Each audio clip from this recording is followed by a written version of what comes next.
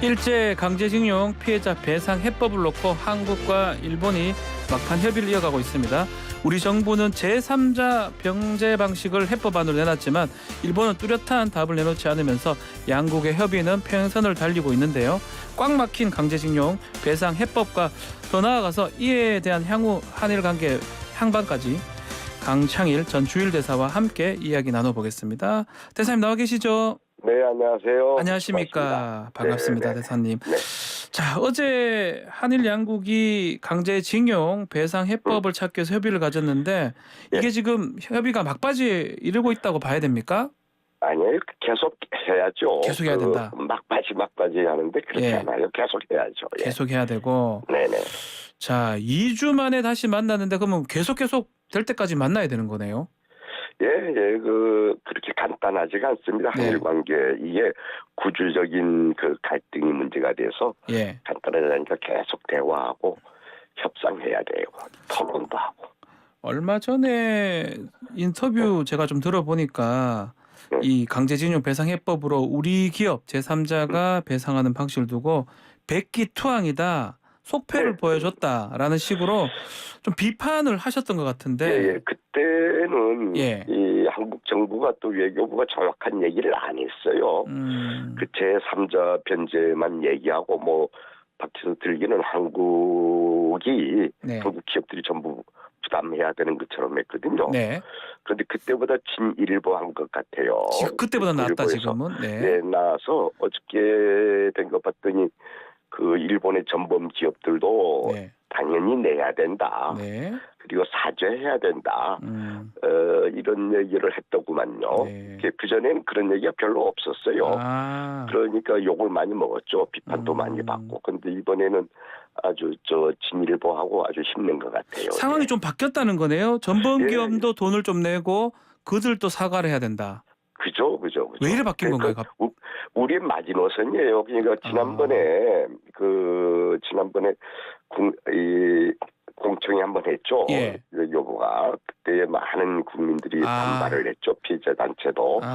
그래서 많은 얘기를 내놨어요. 그런데 언론에는 뭐 나쁜 것만 했는데 실제 그때도 끝난 것처럼 막바지 그게 아니고요. 네. 하는 도중에 이제 그런 것들이 구체적으로 설명이 안 돼서 비판을 받았죠. 그런데 이번에는 그때 비판도 수용해가지고 일본 측에 강하게 요구했더라고요. 그래서 외교부 실무자들이 참 고생 많이 하고 있다 이런 그런 느낌을 받았어요.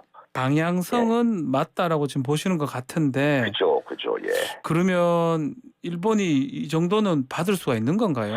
제가요, 예. 그 일본 측에도 얘기하는데 지금 미국 주도의 국제 환경 그리고 또 하나는 북한의 핵 개발 등등으로 일본도 한국하고 손잡아서 이 관계 정상화 시켜야 돼요.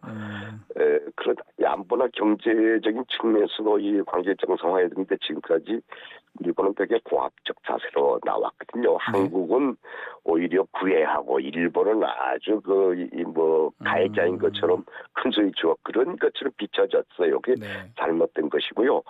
이제 그 일본 정부도 아주 전향적으로 이 문제 해결하려고 나오고 있지 않느냐 그런 느낌을 받았어요. 그래서 아주 지금부터 깊게 토론하고 얘기를 해야 된다. 뭔가 실마리가 풀릴 것 같다. 이런 기대도 해봅니다. 그러면 그 실마리 중에 혹시 미국의 또 입장이 조금 나온다면 강제징용 해법에 속도를 낼 수 있는 건가요? 과거부터 미국은 아주 강하게 한미일 삼각 공조 강화시키려고 노력을 했죠. 네. 쭉 하다가 트럼프 때에 별로 나 몰라 이런 식으로 나왔었는데 그 전부터 클린턴 때부터 줄곧 한미일 삼각 공조를 강조해 왔어요. 이제도 지금도 아주 강하게 요구하고 있겠지요. 미국이. 그래서 속도를 내고 있지 않느냐. 일본 정부도 한국 정부도 받아들여야 되고요. 또 하나는 기시다 정부도 하야시 외상도 실용주의 정치가거든요. 또 그런 국제 환경을 무시 못할 거예요. 그래서 되게 좀 가능성이 있다 이렇게 봅니다. 자, 하여튼 어제 국장급 협의에서는 이견이 조금 좁혀지지 않았지만 고위급 협의도 병행을 한다고 하는데 남은 쟁점은 뭐가 있을까요, 이제?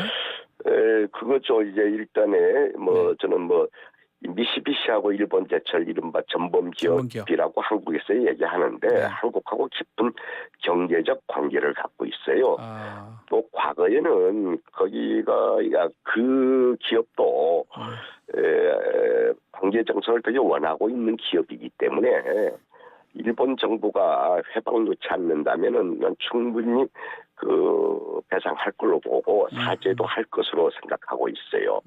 그런데 아베 정부 때 그 하지 못하도록 해방 놓아버리거든요. 아베가 못하겠다는 거네요. 예. 이제 해방 놓지 말고 자연스럽게 그 전범기업이 안 들어오게 되면 그 면책이 돼버리는 거 아니에요. 그럼 한국에서 도저히 네. 수용을 못하는 거예요. 네.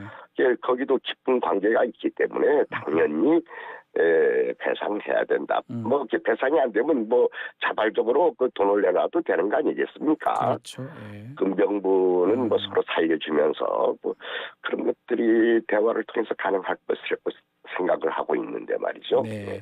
그렇다면 지금 뭐 돈을 이제 미쓰비시나 이런 전범 기업들이 뭐 배상이 아니더라도 다른 방식으로 내는 것도 뭐 고려가 될 수 있다 이렇게 말씀하셨는데 피해자들이 가장 원하는 거는 좀 전에도 얘기를 했지만 사과 부분 아닐까요? 저는 그것도 해야 된다고. 사과도 해야 된다. 예. 하지 아니할 이유가 없잖아요. 예. 사실인데 그건 역사적 팩트거든요. 예. 사실인데 그럼 당연히 사과해야죠. 뭐 그런지 주저할 필요 없이 또 일본 정부가 뭐 1995년 이후에 줄곧 사과를 몇 번 했잖아요. 예. 네, 몇 번 하고 그러니까 뭐 그것을 계승하는 차원에서 사죄해야죠. 또 기업도 일본 기업도 그때 제대로 월급도 안 주고 강제 저축시키고 연금도 안 주고 퇴직금도 안 주고 그렇게 했잖아요. 네. 그러니까 당연히 사죄해야죠.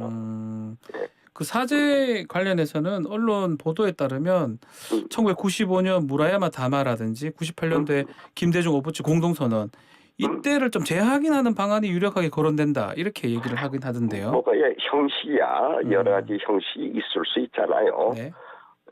그러니까 뭐 일단은 우리가 이거 사죄라고 생각할 수 있는 차원일 것이면 여러 가지 형식이 있을 수 있으니까 그런 것은 좀 디테일한 부분이기 때문에 일단 일본 정부와 일본 기업이 사죄한다 이 대전제 위에서 얘기가 돼야고 그것이 마지노선이죠. 마지막 사과는 무조건 받아야 된다.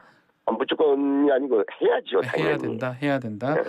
자, 또 한편으로는 우리 정부가 좀 이렇게 이 문제를 서둘러 매듭지려고 한다 이렇게 또 보기도 하거든요. 그러면 그렇게 해서 안 됩니다. 이 문제가 뭐 하루아침에 된 문제 아니고 1965년 한일협정 이후에 줄곧 이 역사 문제는 이 걸림돌로 작용해요. 그렇지만은 한일 관계는 아주 좋은 관계로 유지돼 왔잖아요. 그러니까 너무 성급하게 조급하게 굴다 보면은 패착하게 된다 이거예요. 그러니까 그 긴 호흡으로 접근해야지 성과주의에 급급하지 말라.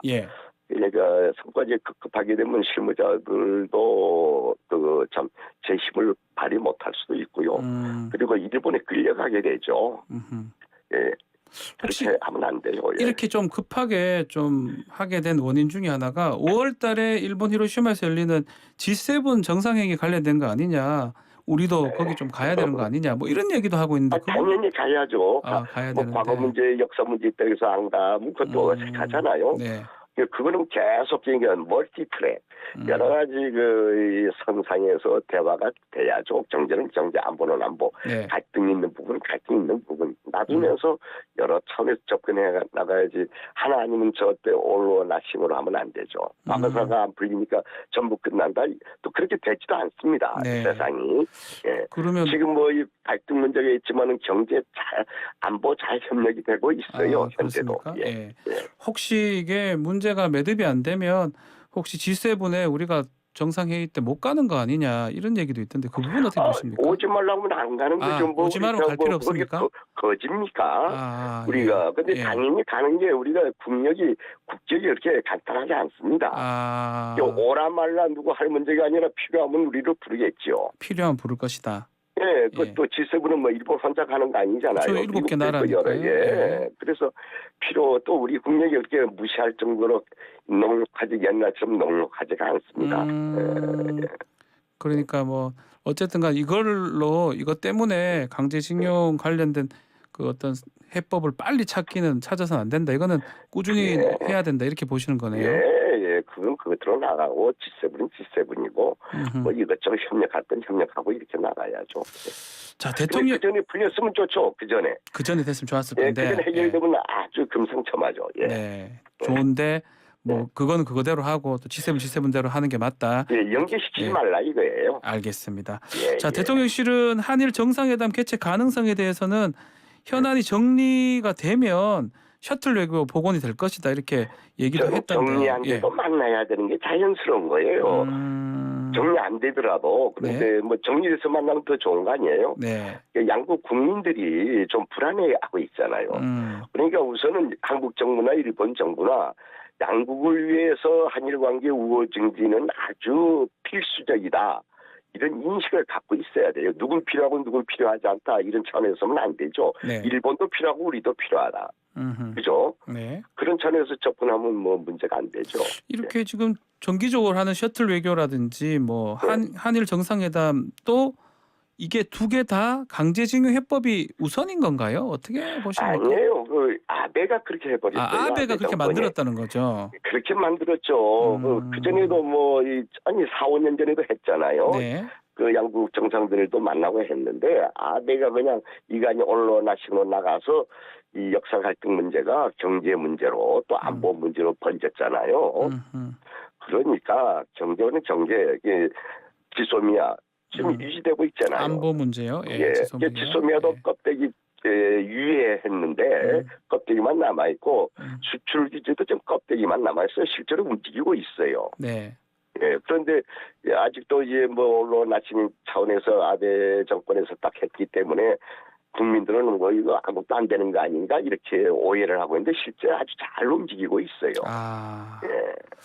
자, 또 얘기도 한번 해보면 극우 매체 쌍케이 신문이 강제징용 배상 문제 해법으로 화이트리스트 복귀를 얘기를 했는데 이 문제는 어떻게 보십니까? 그러니까 그 상케이 같은 논리예요. 상케이 아까 극우신문이라고 했는데 실제는 이거예요.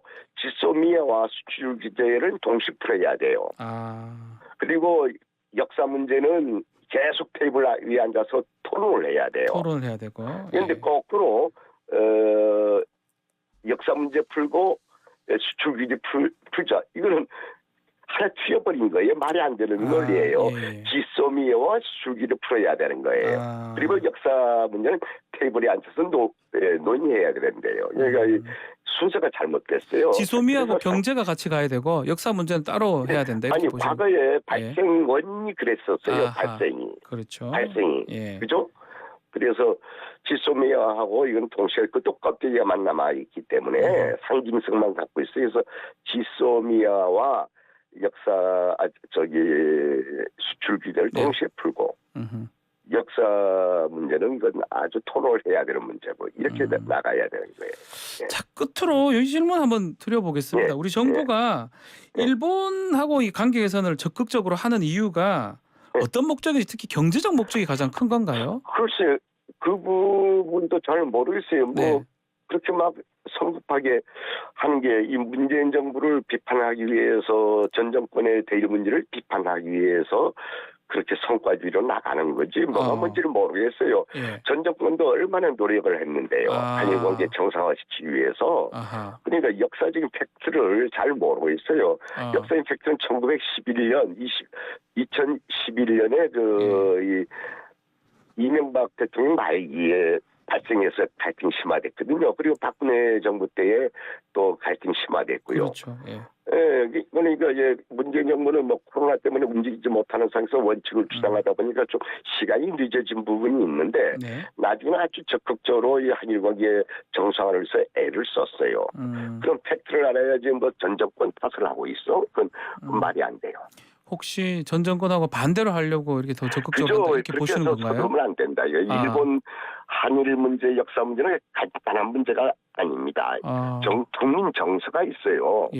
국민 정서법에 걸리게 되면 꼼짝 달싹 움직이지 못합니다. 지금은 좀 느끼고 있는 것 같아요. 현 정부가.